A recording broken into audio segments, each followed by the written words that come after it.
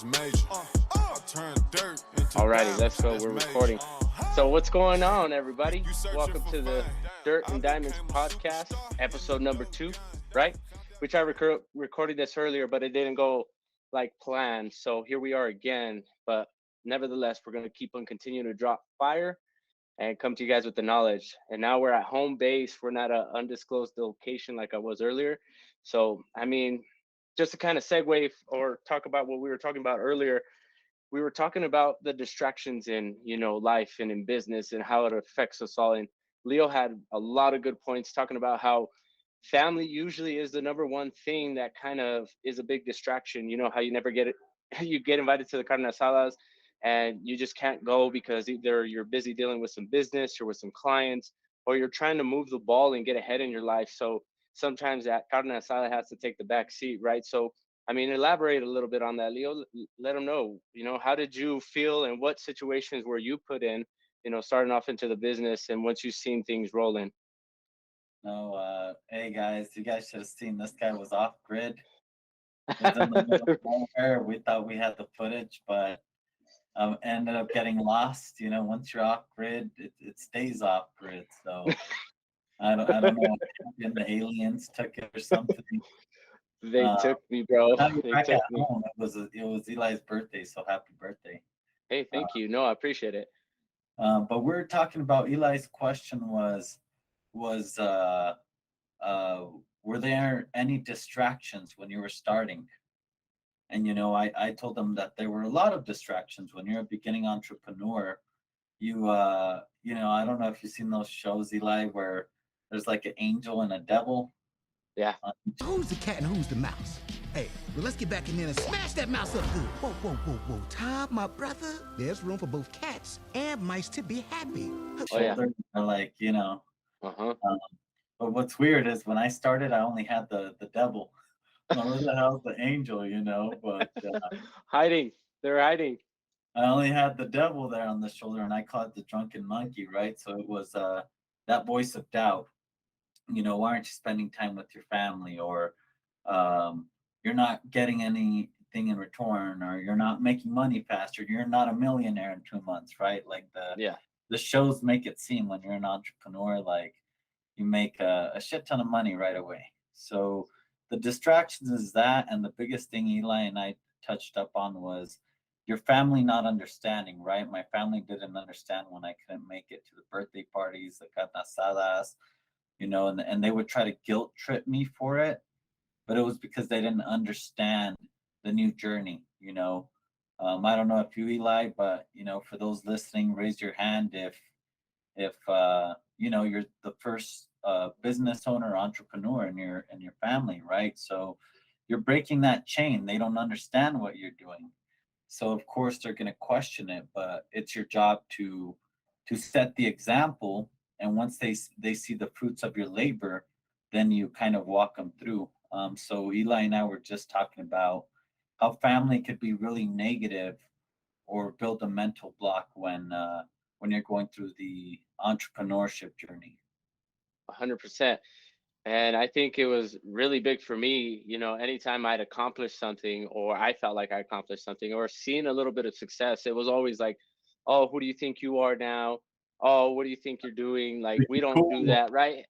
And being a Mexican and a Latino family, it's always like, who do you think you're trying to be? We don't do that kind of stuff, right? And it's like, uh, that doesn't make any sense to me. Like, why should we suppress ourselves and our skills and who we are in order to make everybody else happy? Like, if I got a great skill and I can help out a ton of people and make a ton of money while doing it, why not? Right. And you should be doing the same thing too. It's like, I'm sure you heard it when you bought your truck, like, oh, yeah, it's just an F-150 with just upgraded suspension. Oh, how much did you pay for it? Well, Right. what year is it? Oh, it's not that one. Oh, What I would have bought the brand new one, the 2020. No, you wouldn't have. You can't afford it. Come My on. truck I is bought the the same thing. Oh, it does the same thing, bro. Yeah, I wanted to get that, but I didn't think it Like would it's be. like they wanted to show up to the carne asada with the measuring tape just to measure who's bigger. Yeah, right. Like it doesn't make any sense to me. I never understood it, and I get it, right? It's fair. It's competition because being I am one of the younger ones in my family as far as like the cousins and stuff go. So seeing me kind of progress and stuff, it shines a light on a lot of these guys' faults. And forgive me for all of my family members who are going to be watching this, but it it's just a reflection of self, right? If you're saying these kinds of comments and you're hating, essentially, that's me judging your character and who you are. And now I know, like, hey, you got some faults in your life that you need to take care of, and you better take care of those before you come and hate on me, right? And I'm sure you felt like this, right? Well, yes, I mean, there's two types of hate. It's when somebody's over flattery, right? The over flattery person, the person that you think is just you think they're being supportive, but they're being over flattery, or the person who's just straight giving you indirect comments, and that's usually family, right? Because when you're at the family table, nobody's going to directly insult you. They're going to find an indirect way of insulting you, Yeah. right? And it's not good, right? First of all, we're limited on our time, and it's not because we think we're cooler. It's because we actually are limited on the time. We're in the people's business, and when you're an entrepreneur, I don't care if you're doing technology at home or whatever, it requires a lot of hours to start up your business. So our time is very limited. We choose our personal time very carefully, and it's usually our mental recharge, right? So when we're at the family dinner table and somebody's just being straight negative, then that starts affecting our mental capacity, right? So sometimes we don't choose to be at that carne asada. Eli mentioned he'd rather go to his clients' carne asada, right? Because they give him good energy. Yeah, I am 100% about that now. Why? I've always been kind of like an energy kind of guy and reading the room and that kind of deal. But now more than ever, I choose where I spend my time and my energy, right? Because it is an investment.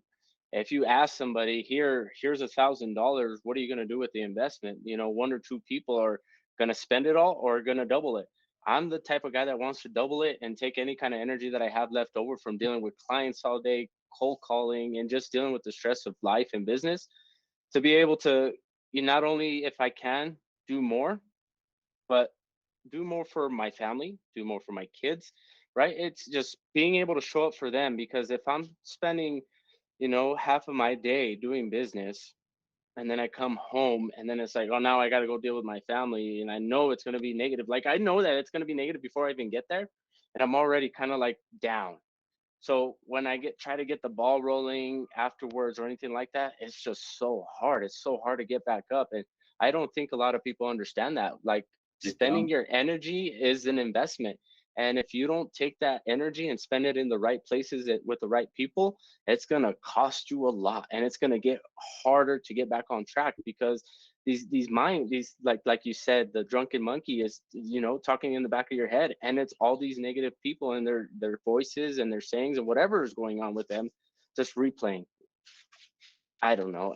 Yes, yes, and it's just, well, people don't realize, like, we have a physical energy level, and then we have a mental energy level, Hmm. right? So we choose where we use our mental. So sometimes it could just be friends or family that can hold you back, and there's people that are going to help you sail the ship, and there's the anchors, right? And the anchors, you just got to cut them off. You got to let them go. And the beauty about entrepreneurship, most importantly, real estate, it kind of shows you who people are right away, because there's number Hmm. one, there's a lot of money involved, big decisions. It kind of helps you discover who people are right away, right? And that's the beauty of our business. We could right away filter out who's there to support us, who's actually there to buy. It's just, there's a bunch of different strategies that could help you reveal who's your supporter and who's actually not happy for you. And you have to really like exercise that, because if you don't, and you let these people come in, it can be, that, again, to the ship reference, right? They're sailing the ship, but they're also, putting holes in it. they're not helping you. They're anchors, or they're putting holes in it, and they're people who are not useful at all to you. And it's unfortunate. Sometimes it is the closest family member to you, because it's number one, that crabs in the bucket mentality, right? You're rising and they want to bring you back down. And they see that you guys came from the same place and you're succeeding. And it's like, oh, why, right? Like, why him? Why Yeah, not why me? him? And they should ask themselves, why not me? Why can't I go and do the same thing he did, right? No excuse. I didn't get a chance. I went to college for maybe like half a semester or a semester in entirety, and they told me I couldn't go back. I didn't just stop there. I didn't just say, oh man, that's just it, right? I'm from the South Valley. I'm Mexican. I can't afford school. I'm never going to go to school, right? I kept on digging and I kept on trying to, make myself better and craft my skills with people, sales, whatever it was, because I knew that that next opportunity was kind of be based off of what I'm doing and preparing and spending my time and energy as a person to develop that. So when that opportunity presents itself, I'm ready. And a lot of family members aren't ready for that conversation. They're stuck. And it's sad to say it's all here, right? Yes. Right? Yeah. It's all here. And Eli and I were saying, like, if you have that one family member, let's say we're in real estate, right? So people who do construction, loans, inspections, title, they benefit off of us, right? Mm-hmm. So, um, I would, if I was in construction and Eli was my cousin and he's doing great in real estate, I would cheer him on. Hell, I'd even try to find a way to collaborate with him, tell my friends and family, because if we're in collaboration, guess who's going to get the work needed on homes, or Mm-hmm. partner up with a builder, or probably give me an inside sight on how much I could build a home for and sell it, maybe give me a family discount, right? So I would cheer my family member on, and help him grow in his business. And then we grow together because everybody has their role, right? And everybody, for some reason, is caught up on wanting to be the face. That's what I Yeah. realized. Like, Yep. it's like rappers, right? There's a rapper and then there's a promoter. Uh-huh. And other than DJ Khaled, DJ Khaled makes it known he's a promoter, right? Mm-hmm. But usually the promoters are on the back end taking a bigger piece of the pie, Mm-hmm. right? And the rappers not making that much money, but they're caught up in the hype, right? The partying, they look like they're the success. Like I always tell people, do you want to be the rapper, or the promoter? Everybody says they want to be the promoter, the person in the back end who's collecting the bigger paycheck. But what I find is the people that I interact with, 98% want to be the rapper. They care more about the fame, the acknowledgement, right? And the, like, I forgot what you call it, like people clapping for them The versus, feel good stuff. The yeah. feel good So stuff. it's like the money's just part of it for it. They could, and sometimes I see this with realtors. Uh, they they would much rather go for the glory of putting a pending flyer Mm-hmm. and truly focusing on the deal and getting it closed where they get a paycheck. Mm-hmm. Like, okay, great, you made two pending flyers, both deals terminated because you were too caught up focusing your energy, right, on the Mm-hmm. hype versus, yeah, I'm not saying don't do that, right? We market a lot, but at the end of the day, what matters is accomplishing your client's goal and depositing that paycheck so your business won't go under. But everybody wants to be the rapper, you know? And I think that's what got sold to us. TV sold us that, early on very well, is that the person on the screen is the one making the money, the face. And that's not necessarily true. You hit it on the head 100%. Sorry, there's a fly right here. A lot of people don't realize how much money, again, DJ Khaled is making off of these people. He owns the beat, he owns the song, and right, it doesn't say Lil Wayne featuring DJ Khaled. It says DJ Khaled featuring Lil Wayne. Like DJ Khaled makes it known, like, hey, I don't even rap. I just say a couple things at the beginning, and I produce and I make the beat. But this is my song. Get it right. And a lot Yeah, of people don't know how to do that. They all, like you said, they want to be the rapper. right? Dr. Dre did that too, right? Am I wrong? Mm-hmm. Yep, exactly. Dr. But Dre did that too. everybody wants to be the damn rapper, and that's probably a Latino thing too, because we have a lot of pride. Yeah. Everybody wants to be the man. There was a comedian, his name is Felipe Esparza. You Uh-huh. probably have to look up the skit. And he says about him and his cousin arguing about who's more Mexican. Telling me, fuck you, fool. I'm more Mexican than you. I'm more Mexican than you. We started fighting, and he was more Mexican than me. I'm more Mexican than you. I'm more, and I think it's that kind of foundation that we each individual want to portray that Yep. we're the man, right? Mm-hmm. But I feel like in order to save yourself from yourself, you should change your fundamentals of what it takes to be a man, Yeah. right? The man, the one who runs to the recognition and wants the spotlight, or is the man somebody who puts their pride down, let somebody else take the recognition for the greater purpose of mass accomplishment, Yeah. right? I feel like that's a true man, somebody who Mm-hmm. disciplines, puts their ego away, does what they have to do in order to achieve a greater purpose versus, you know, ripping their shirt open Superman style, and You've been going, hitting the gym, so I'm gonna watch out. I'm gonna see you on the next Instagram post. Just so, I got hair on the chest, dude. Well, I don't know. You were smoking a cigar, man. I don't know, it's dude. my thing, you know that. No, but no, you're right. It takes it. It's essential leadership skills, right? To be a leader is not to be the face of everything, right? It's empowering people, and bringing the best out of those people to be able to put them in a winning position. Being a leader is more impactful than being the rapper, right? Again, DJ Khaled, he's leading all these different rappers, telling them, hey, I got this beat, I got this song, check it out, do it up. And then it empowers those rappers to make that song much more better. So I don't think people understand leadership like that at that level. They see leadership as a boss, right? Again, we had talked about the Italian mafia and how they kind of structure everything and how one family helps out the other, within its mob, and that's how they grow, right? But they're willing to take leadership and help each other out and take the back seat to one another's business at times in order to see everybody progress, because it's not about me or you, it's about the family. It's about the vision that we have together and how we can help one another grow. It's not, hey, you're selling more pizzas than me today, and I need to sell more cars. Like, we're in two totally different businesses, bro. Like, it doesn't even make sense. Like, you should, number one, you should come and ask me, like, or I should go and ask you, like, hey, bro, I want to buy 10 pizzas from you.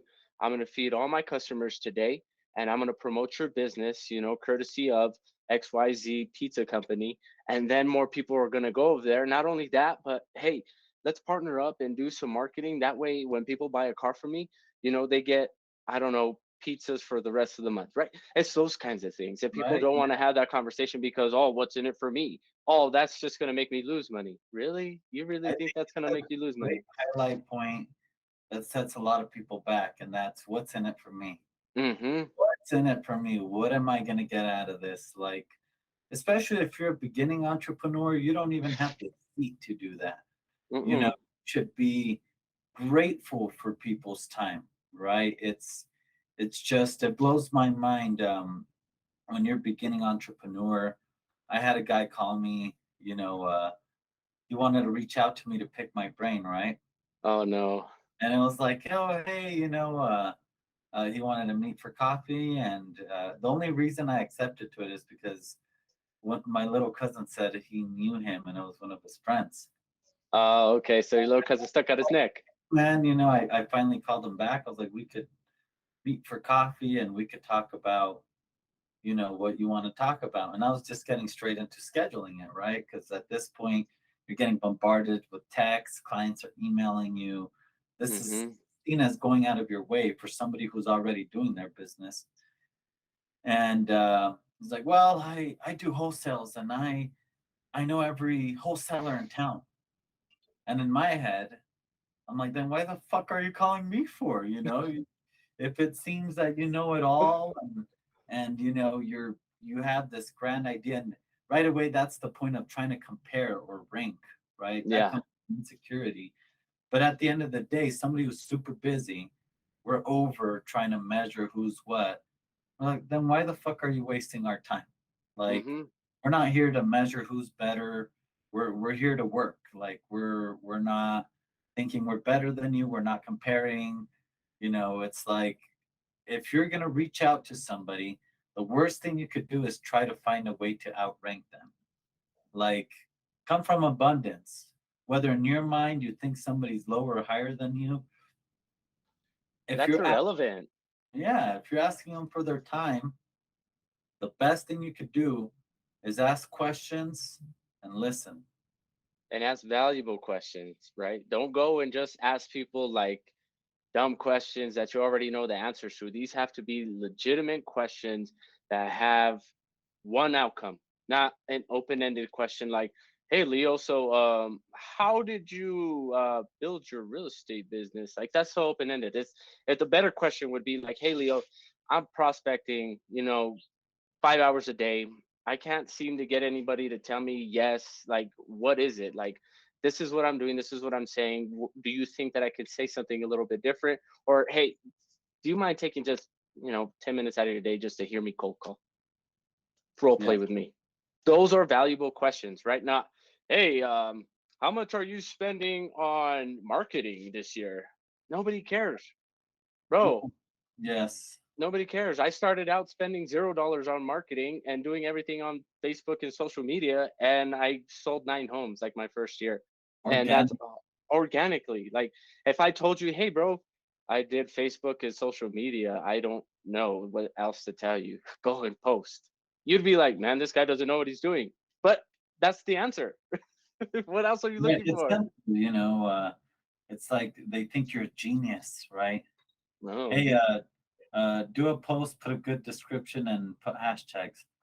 Oh wow, that's it. Really? oh genius. No, they think it's like out of this world. Like, holy shit, right? But the thing is, things are simpler than you think, right? Yeah. The other popular one that I like is the one that puts their ego up block, but then they ask the question, "Oh, I Hmm. just closed 7 houses. Oh, my CRM system is great. What CRM system are you using?" Excel. It's they want to keep their ego in check, but then they want to ask you the golden nuggets. Yeah. When I go, as you see, I'm wearing a hat, the Driven event hat. There's different types of personalities. And when I go over there, I'm a student. I'm a student to the game Yeah. all the way. So I can meet anybody. They don't know who I am because I portray humbleness. Hmm. I'm so engaged, they probably portray me as a beginning entrepreneur. Only the ones that follow me know that I've had my real estate for a couple years. They know I've sold a couple homes. But some of them, because of the way I behave, they think I'm a beginning entrepreneur, right? So when I ask a question, because of my character being so humble and listening to them talk, they start giving me a lot of golden nuggets, right? And Hmm. the worst thing that you could do is say, "Well, I already know that," right? When you hear something that you've heard before, ask yourself, "Have I mastered it?" Right? Don't ask Yep. yourself, don't say, "I've heard that before." Say, "Have I mastered that information?" Right? So Hmm. I'm always grateful for people who are willing to give me that information. So all I do is I ask the question and I shut up and listen. And man, that'll take your business on a rocket. Well, that's the problem is just what you said. Most people just don't shut up. They don't know how to just listen, right? God gave us 2 ears and one mouth for a reason. And most people don't understand how that actually is realistic. Like, hey, if somebody that has more money than you is a lot farther than you is telling you something, maybe you should listen, right? It doesn't matter whether it's me, whether it's you, whether it's Grant Cardone, Bradley, whoever that it is, right? If somebody is in a position that is a little bit farther than you, maybe you should listen because there's some value there. And most of the time, like you said, if you're humble enough, you go as a student, you're willing to learn. Most of these people will give you the game for free. Yeah. They will give you the game for free because they know what it takes and they know what position you're in. So they want to see you succeed because they know how hard it is. They know that it's not just an overnight get a paycheck kind of thing. It's not work for 18 hours a day and it's like you got a check kind of thing. You're working continuous 18 hours a day to receive one check.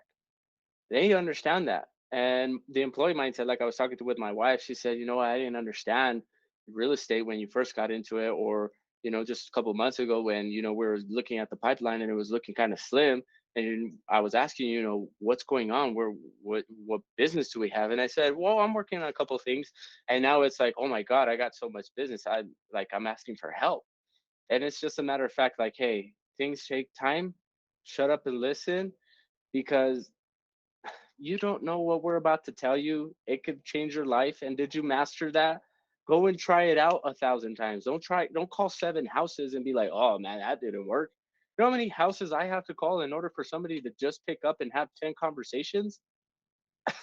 It's absurd. And that's how I was at first, because I wanted to get to the money right away. I didn't understand how this whole thing worked and how processes, structures work. So now that I kind of have it figured out, I understand, like, hey, so and so is going to be ready here within the next 2 months. I'm going to just continue to follow up with them, because in 2 months, even maybe in a month and a half, they might just say, hey, I'm ready. And it took years of just listening, right? Hearing you talk, hearing a couple other people on YouTube talk. I don't know what happened where I just said, you know what, screw it. I'm just going to try this, and I'm just going to master this one thing. And that was cold calling. And I'm just going to master this and use, social media and all that other stuff is just kind of like I don't know, more or less like a hobby and something that's fun for my business, not something that I'm, get dedicating a whole hour to, and just grinding away, whether I get something or not. And after a couple of months of just doing that, it's paying off, and I can see the return. I just didn't master it at first. I was calling so scared, like, hey, and then I would forget my script. I didn't know what scripts were starting out, so I had to figure out how to, get a script, structure it around the way that I talk. And now it's like, boom, every conversation is the same. Every conversation is the same, right? I'm leading the people down to the result that I want, because every conversation is the same, right? Some people throw me off. Some people tell me to screw off, but it's like you said, golden nuggets. Not only are entrepreneurs giving you golden nuggets, but we're looking for that golden nugget when we prospect. Well, yes, and also, I mean, your mental game. What are your habits? You Mm-hmm. work out, right? You work out.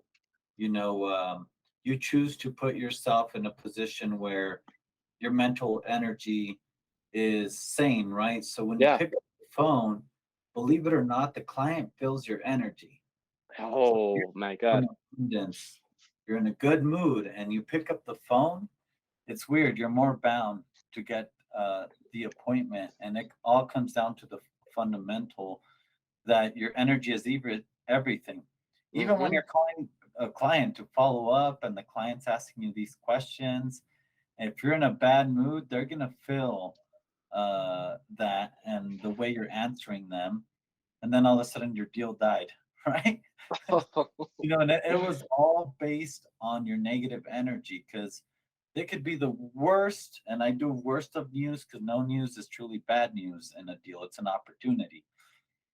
And if you're so positive and you offer the solution just because of your attitude on it and your confidence, your client is gonna trust you as their expert, right? Mm-hmm. You're so negative and negative energy, and you're frustrated because your client is asking you a lot of questions, you're going to give off that energy when you're answering those questions, and then they're more bound to be less trusting of your advice and your guidance. So cold calling, maintenancing deals, even, if I'm on this podcast with negative energy, people Yeah, could we'll feel it. that shit, you know so you got to They'll be feel it. really careful. I get into some hippie stuff with that kind of stuff. And maybe that's, we could talk about that in the next We could podcast, talk about because the 7 chakras, dude. It's so good. it's real though. It really is, right? The transfer, again, the energy, where are you spending it? And if you're taking all this negative energy all day, where do you think you're going to expel it at? You're going to expel it on your clients. You're going to expel it on your family. You're going to expel it on your kids. You don't want to do that. So you figure out little rituals, little things that you kind of do in order to kind of combat that. And for me, it always has been music, right? and I play music while I'm prospecting, not super loud, of course, because I don't want them to be like, "Hey, man, this guy's sitting in a club calling me. This is kind of weird."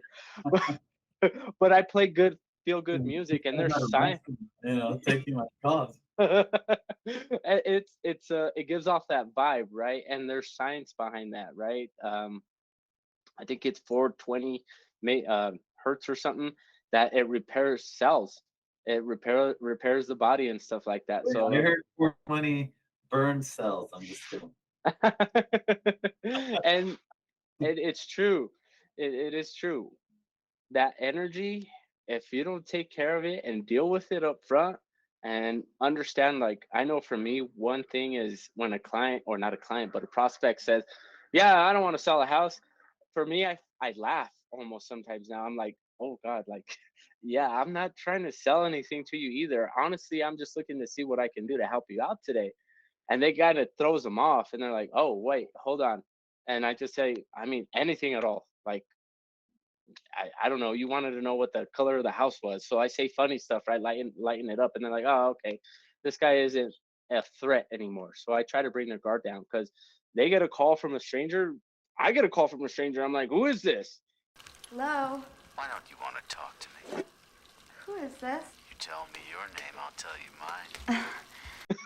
Yeah, like, what the hell? What do you want? What do Right? you want, right? So understanding that, and understanding that if you can learn how to manipulate and shift the energy while you're prospecting, it's going to expel good energy, and that prospect is going to reciprocate it. That client's going to reciprocate it. So learn how to deal with that energy is vital. I get hippie. I got rocks, and I do yoga. I burn sage. I do it all, Leo. I do it all. Well, that's good, right? Because that's what you need to do your mental recharge, right? And then you smoke cigars too. You know Yeah. what I mean? I smoke cigars. Tell uh, me not. It is a mental recharge. it works, and those are some good points. People think like, "What's your script?" Like, it's there's no secret. All I do is, and it all ties down to what we've been talking about. That's why I love that you brought this up. I let the client talk. That's the secret, right? I see these scripts. It's like, where are you moving to in the next 5 years? And they're like, we're not planning a move. And then the next question, if I sell your property, what are you looking for in your next one? And they're like, well, I just told you that I'm not, like Yeah. it's Hmm. like that's so cliche. It's like, Oh my get to know God. the client first. You got to sell yourself before you sell your product, right? Get to know the client and then Yeah. let them talk, right? That's the worst thing when you're on the phone and that salesperson is just like, "Blah, blah, blah, blah," like, and some of them are super good at sounding scripted. So then they're going and going and going and going for like 2 or 3 minutes, and it's like, not interested. Bye. You know, Yeah. it also don't have a conversation with yourself. Don't have a conversation with yourself. Yep. I So, I harp on that a lot. Mentally, when I go into these, sessions, I tell myself, like, we're building a habit. We're gonna call for the next hour, no matter if somebody answers or not. And if we get hung up on, it has nothing to do with you, guy. These people don't know you, right? And I have to remind myself throughout that. So I take like a 5 minute break when I do get those kinds of calls, because I do take it personally, right? And because business is personal, sometimes I feel like, man, what did I say? Did I say something wrong? So I just kind of dwell on it just a little bit, and then I say, okay, they don't know me, I don't know them.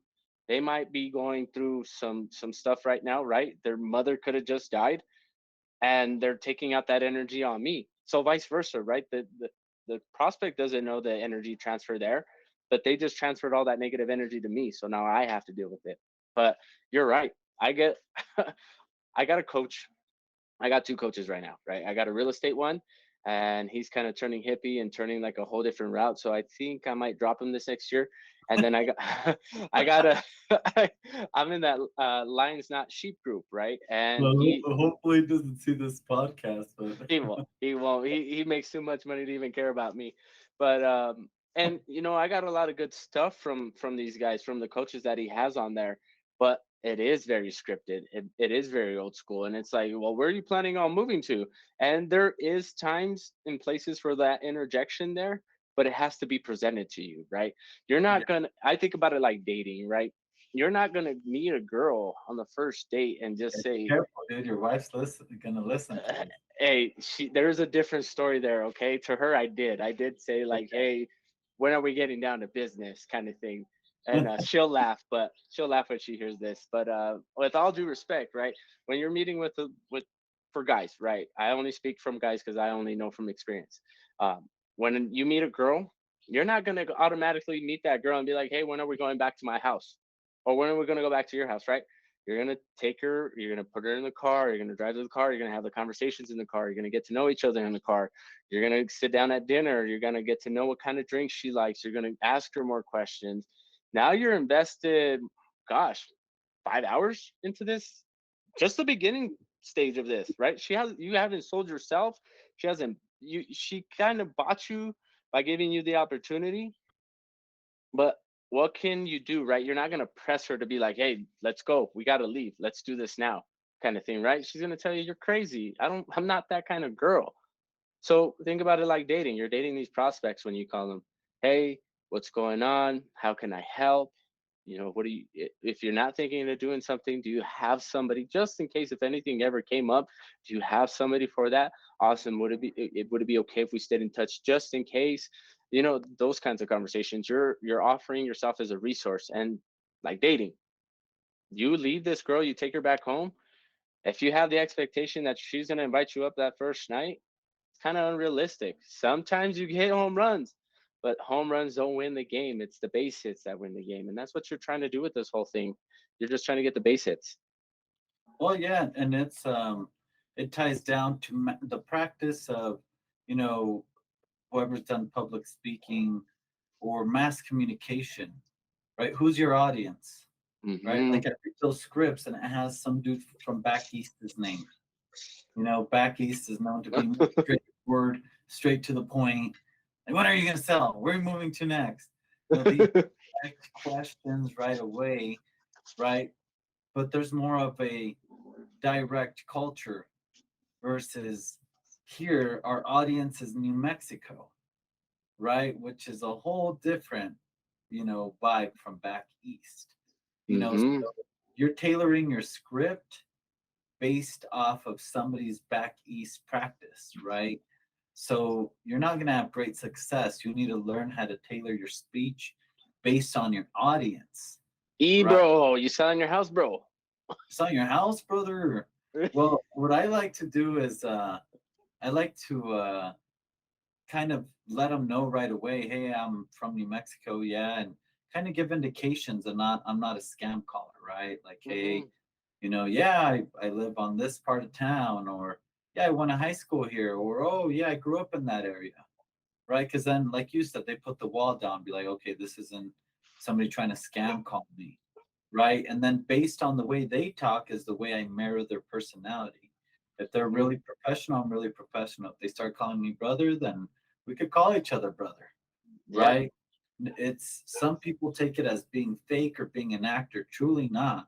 You're in the people's business. You're there to cater for their experience. Therefore, you're going to revolve your practices and your script based off of their needs and communicate the best way possible in order for them to understand you. People are so caught up on, and every time I see this with realtors and even lenders, like, this is the way I run my business and nobody's going to change it. Well, you're going to either not produce or you're going to get out quick because this is the people's business. If you like it or not, we're going to revolve around people. Everybody's deals different, finance situations, Mm-hmm. and we're not attorneys, right? And I also tell that to entrepreneurs, especially realtors. We're not attorneys. But the way I see a client is they're a case, right? You have the opportunity to sit down and interview your client the way they're interviewing you. If you accept taking on that client, do not bitch about them, period. Right? Oh, they're calling me. Oh my God, this person's so needy. Right? Well, you interviewed them, you accepted the case. Therefore, you as the expert should know how patient you need to be, or how to keep their peace of mind for their needs, right? Yep. So Mm-hmm. I find it ironic when somebody's complaining about their client. Well, you had the chance to interview them, right? Well, Go here, ahead. let me interject with this. They're complaining about having a client when there's thousands of realtors out there who don't have one client. So you should be thankful that you got one. And if you got more than one, you're you're doing great, right? Because there's a lot of realtors out there right now who don't know how to attract business or how to even do this business, and they're sitting there like, "Oh man, this doesn't work." No, it doesn't work because you haven't taken the time to prove yourself or make the skills um, adequate enough to your level to put them out there and showcase them, right? And what do you got to complain about, really? But I don't want to take too much of your time, Leo. We're kind of over 30 minutes now. So what do you think? Should we end it here? Well, I think we should end it here, leave the audience for more. Yeah, But no, for well, sure. tying to what you said about, you talked about the girl, the girlfriend, and then also the client. It's like the client is, if you don't appreciate your girl, they're gonna take her from you, Yeah. or your client. If you don't Hmm. appreciate your client, they're gonna take your client from you. Because while you're over here giving your client negative energy, there's that realtor just sending prospecting with your client. Some of them are Hmm. smooth as butter, like Eli and I, right? Hey, I'm Yeah. grateful you're with your realtor. If anything happens, here's our number, Hmm. right? Right when you screw up, guess who they're texting?